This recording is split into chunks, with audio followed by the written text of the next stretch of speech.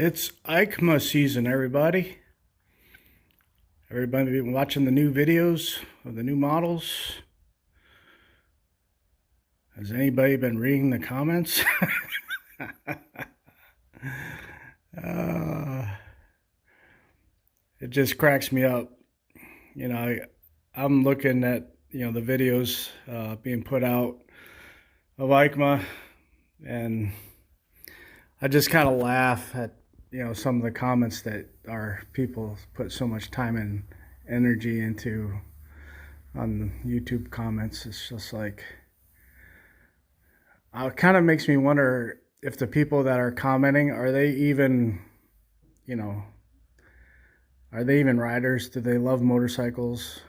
Because like you read some of the comments, it's mind-boggling, to read some of the stuff that they put in when they're talking about a new model. I wonder if they even consider, what it takes for a manufacturer to produce a new model. One comment section in particular that I was reading was about the new BMW 450 GS. And I was just like, man, people have been screaming for a smaller CC adventure bike, and manufacturers are starting to produce them, right? You would think that most people would be ecstatic, over the moon. Nope. Not for some people. They just get in there and shit all over it. I just like, wow. I mean, think about being a motorcycle manufacturer, regardless of who it is. BMW, Kawasaki, Suzuki, Royal Enfield, it doesn't matter. Just try to put your mind there, where you have to produce a new model. You got to do the R&D. You got to get consumer focus. You have to comply with all the regulations that are on top of the motorcycle industry that weren't there back in the 90s. And then it got me to thinking, it's like, I wonder what would happen if Honda was to put this Africa Twin up on the EICMA stage this year, just as it is, and what the comments would be. Like, people, they'd lose their freaking minds. Say this model was never produced, and they just put it up there and say, yep, this is our new model.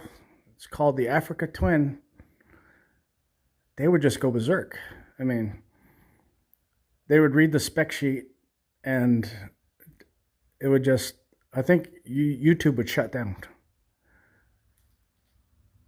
From what people's expectations are versus, for example, what this bike has, they'd be like, what? No upside down forks?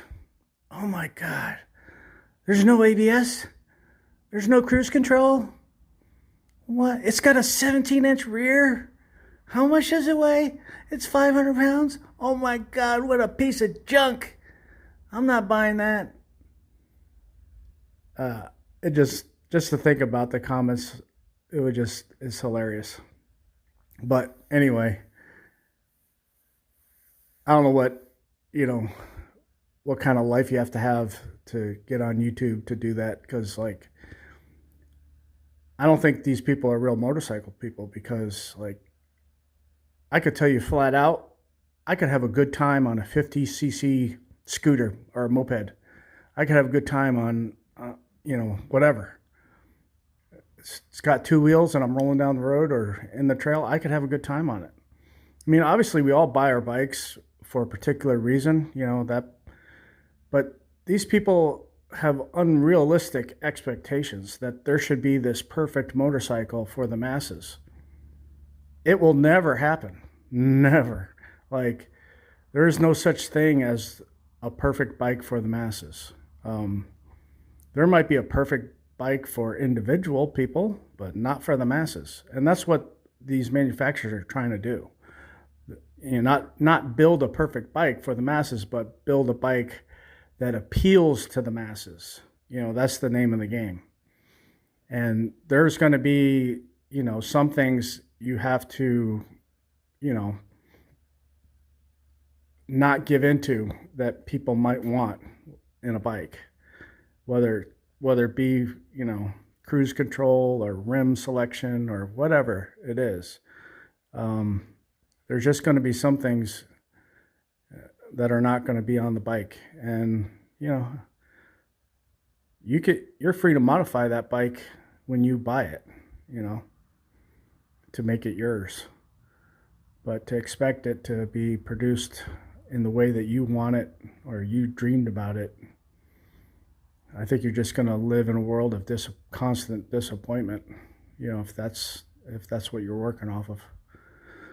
Anyway, maybe it's a rant or whatever, but it's really more funny to me that there's people that think like that. Hope you all enjoy EICMA, because I do.